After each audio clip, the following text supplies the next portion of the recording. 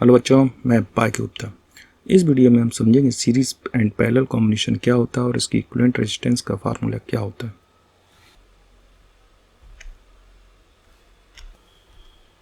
देखिए यहाँ पर तीन रजिस्टर हैं, एक है R1, दूसरा है R2, तीसरा है R3। तो ये R1 है, R2 है, R3 है। ये तीनों रजिस्टर सीरीज में कनेक्ट है। सीरीज में रजिस्टर से उसी तरह कनेक्ट होते हैं जैसे रेल के डिब्बे कनेक्ट होते हैं, एक डिब्बा उसके पीछे दूसरा डिब्बा, तीसरा उसके पीछे। तो यहाँ पर R1, R1 के बाद R2, R2 के बाद R3। ये तीनों रजिस्टर एक सोर्स ऑफ ईएमएफ ई से कनेक्ट है, यानी बैटरी से कनेक्ट है। बैटरी का जो लॉन्ग टर्मिनल होता है यह पॉजिटिव को इंडिकेट करता है, दूसरा नेगेटिव को इंडिकेट करता है। तो बैटरी के पॉजिटिव टर्मिनल से सपोज कीजिए आई करंट फ्लो हो रही है, ये करंट आई गई यहाँ पर R1 रजिस्टर को करंट मिली है आई, तो यही करंट R2 में जाएगी, इसमें भी आई करंट जाएगी। यही करंट R3 में जाएगी तो इसमें भी आई करंट जाएगी। अब देखिए करंट जा रही है आई, लेकिन रजिस्टर की वैल्यू डिफरेंट है। इसकी R1 है, इसकी R2 है, इसकी R3 है। तो इन रजिस्टर के क्रॉस पोटेंशियल डिफरेंस जो है वो डिफरेंट हो जाएगा। फर्स्ट रजिस्टर R1 के क्रॉस पोटेंशियल डिफरेंस है V1, R2 के cross potential difference V2, R3 के क्रॉस पोटेंशियल डिफरेंस V3। तो यहाँ पर देखिए R1 रजिस्टर है, R2 रजिस्टर है, R3 है। तो किसी भी सर्किट में इन तीनों की जगह हम एक रजिस्टर यूज में ले सकते हैं, तो उसे हम इस सर्किट का इक्विवेलेंट रजिस्टर कहते हैं। तो इक्विवेलेंट रजिस्टर हो जाएगा R। तो तीन R1, R2, R3 यदि सीरीज में कनेक्ट है तो इक्विवेलेंट रजिस्टर का फार्मूला हो जाएगा R is equal to R1 plus R2 plus R3। यदि रजिस्टर 4 होते तो यहाँ पर हो जाता है R4, 5 होते तो प्लस R5। अब हम सीरीज कॉम्बिनेशन के रेजिस्टेंस का डेरिवेशन देखेंगे। यहाँ पर तीन रजिस्टर हैं, एक है R1, दूसरा R2, तीसरा R3। ये तीनों रजिस्टर सीरीज में कनेक्ट हैं। किससे कनेक्ट हैं? एक बैटरी से कनेक्ट है जिसका ईएमएफ है E। इसमें जो लॉन्ग टर्मिनल होता है ये पॉजिटिव होता है, जो शॉर्ट होता है वो छोटा होता है, वो निगेटिव होता है। इसमें करंट लेट I फ्लो हो रही है, तो यही करंट यहाँ से जा रही है, यानी R1 को करंट मिल रही है I, R2 को करंट मिल रही है I, R3 को करंट मिल रही है I, यानी तीनों रजिस्टर को सेम करंट मिल रही है। तो इसमें करंट I फ्लो हो रही है, तो R1 के क्रॉस पोटेंशियल डिफरेंस हो जाएगा V1। इसमें I करंट फ्लो हो रही है R2 में, तो इसके क्रॉस पोटेंशियल डिफरेंस हो जाएगा V2। इसमें भी I करंट फ्लो हो रही है, इसके क्रॉस पोटेंशियल डिफरेंस हो जाएगा V3। पोटेंशियल डिफरेंस जो है वो डिफरेंट होंगे क्योंकि रजिस्टर की वैल्यू डिफरेंट है। तो सीरीज कॉम्बिनेशन में हमें ध्यान रखना है, सीरीज कॉम्बिनेशन में सभी रजिस्टर में सेम करंट फ्लो होती है, लेकिन उनके अक्रॉस पोटेंशियल जो है वो डिफरेंट होते हैं। देखिए यदि सेल का इंटरनल रेजिस्टेंस हम 0 माने तो जो सेल का ईएमएफ होता है ये पोटेंशियल डिफरेंस के इक्वल होता है, तो इज इक्वल टू बी लिख सकते हैं। यहाँ पर R1 रजिस्टर है, R2 रजिस्टर है, R3 रजिस्टर है। तो इन तीनों का इक्विवेलेंट रजिस्टर लेट R आ रहा है तो उसे हम R मानेंगे। उसको बैटरी जिसका ईएमएफ है E से कनेक्ट किया जा रहा है। सर्किट में करंट कितनी फ्लो हो रही है? I फ्लो हो रही है। तो E इसके इक्वल है, B के इक्वल है, तो हम लिख सकते हैं V is equal to I into R, Ohm's law से। अब देखिए R1 में करंट I फ्लो हो रही है, पोटेंशियल डिफरेंस V1 है, तो R1 के cross potential difference V1 is equal to I into R1। I current है, R1 रेजिस्टेंस है। R2 के क्रॉस पोटेंशियल डिफरेंस कितना है? V2, तो V2 is equal to I into R2, तो V2 is equal to I into R2। R3 के cross potential difference V3 is equal to I into R3, तो V3 is equal to I into R3। तो net potential difference R1, R2, R3 के cross है B, तो V is equal to हो जाएगा R1 के cross potential V1 plus R2 के cross potential V2 plus R3 के क्रॉस पोटेंशियल V3। तो V is equal to V1 plus V2 plus V3।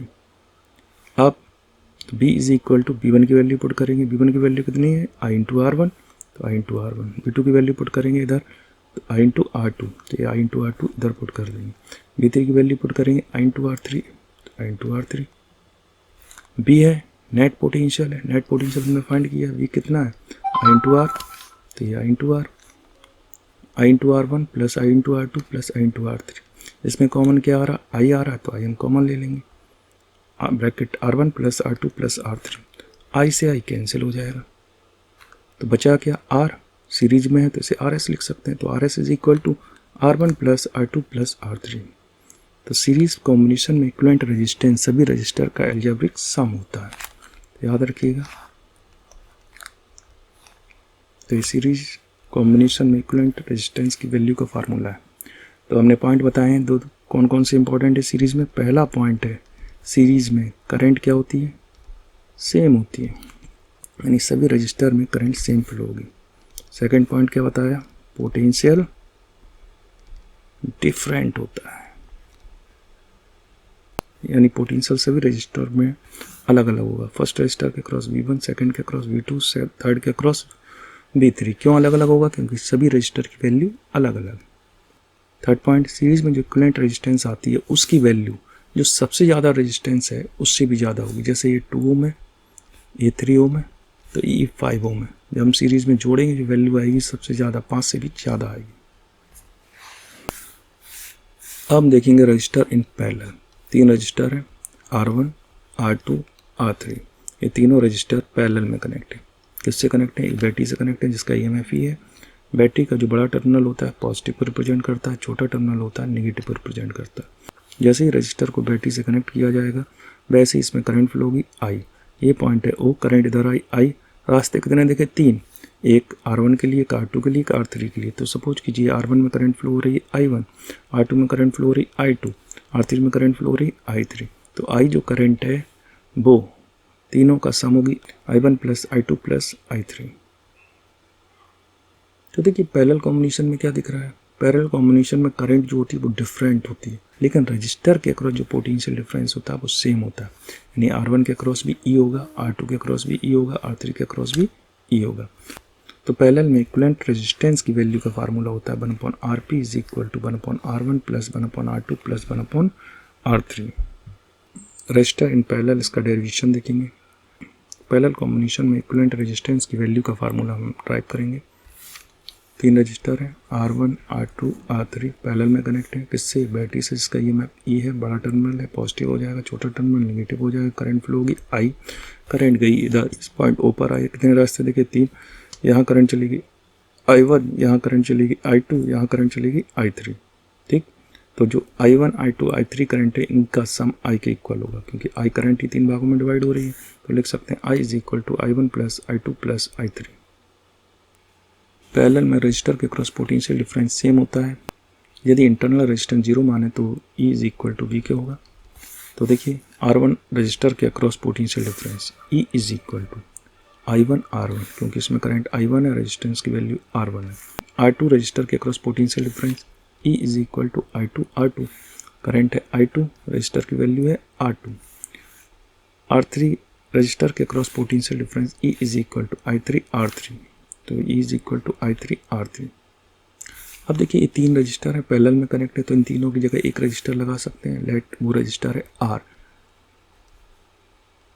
इसको किससे कनेक्ट कर दिया? बैटरी से कनेक्ट कर दिया। बैटरी का EMF कितना? E। तो इसमें करंट कितनी फ्लो होगी? इसमें करंट फ्लो होगी, तो पहले हम ओम्स लॉ से E इज इक्वल टू,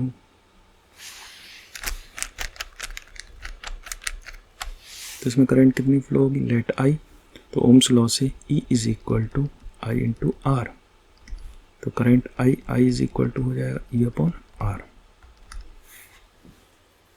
तो यहाँ पर हमने E is equal to I1 R1 find किया है। I1 रजिस्टर R1 में फ्लो होने वाली करंट, इससे I1 इज इक्वल टू क्या आ जाएगा? E upon R1। और E is equal to I2 R2 से I2 इज इक्वल टू आ जाएगा E upon R2। E is equal to I3 R3, ये R3 है। R3 में फ्लो होने वाली करंट है I3, तो I3 is equal to E upon R3। तो देखिए I1, I2, I3 इनकी वैल्यू फर्स्ट इक्वेशन में पुट कर देंगे। I इज इक्वल टू कितना फाइंड किया है? E upon R। तो देखो E अपॉन R। I1 की वैल्यू कितनी है? E अपॉन R1, तो E अपॉन R1। I2 की वैल्यू कितनी है? E upon R2, E upon R2। I3 की वैल्यू पुट करेंगे कितनी है? E upon R3, E upon R3। तो इसमें देखिए कॉमन क्या आ रहा है? इसमें E कॉमन आ रहा है, तो E को हमने कॉमन ले लिया। तो E upon R is equal to E common ले लेंगे 1/R1 plus 1/R2 plus 1/R3। E से E कैंसिल हो जाएगा, तो 1/R equivalent is equal to 1/R1 plus 1/R2 plus 1/R3। तो ये पैरेलल कॉम्बिनेशन का इक्वलेंट फार्मूला है। तो देखिए पैरेलल कॉम्बिनेशन में हमें 3 पॉइंट याद रखना। पहला पॉइंट, पैरेलल में जो करंट होती है वो क्या होती है? डिफरेंट होती है। करंट जो होगी वो डिफरेंट होगी। ठीक है। डिफरेंट। सेकंड पॉइंट क्या है, पोटेंशियल डिफरेंस जो होगा वो सेम होगा, तो potential difference same. Third point क्या है, थर्ड पॉइंट है इसमें जो इक्विवेलेंट रेजिस्टेंस की वैल्यू आएगी वो लो रेजिस्टेंस से भी कम होगी। ठीक है, जैसे ये 2 ओम है, ये 3 ओम है और ये 5 ओम है, तो इसकी इक्विवेलेंट रेजिस्टेंस की वैल्यू आएगी वो 2 से भी कम आएगी, क्योंकि यहाँ पर रेसिप्रोकल है। नेक्स्ट वीडियो में हम इसका एक न्यूमेरिकल देखेंगे। वीडियो पसंद आया तो चैनल को लाइक कीजिए, सब्सक्राइब कीजिए और अपने फ्रेंड्स को शेयर कीजिए।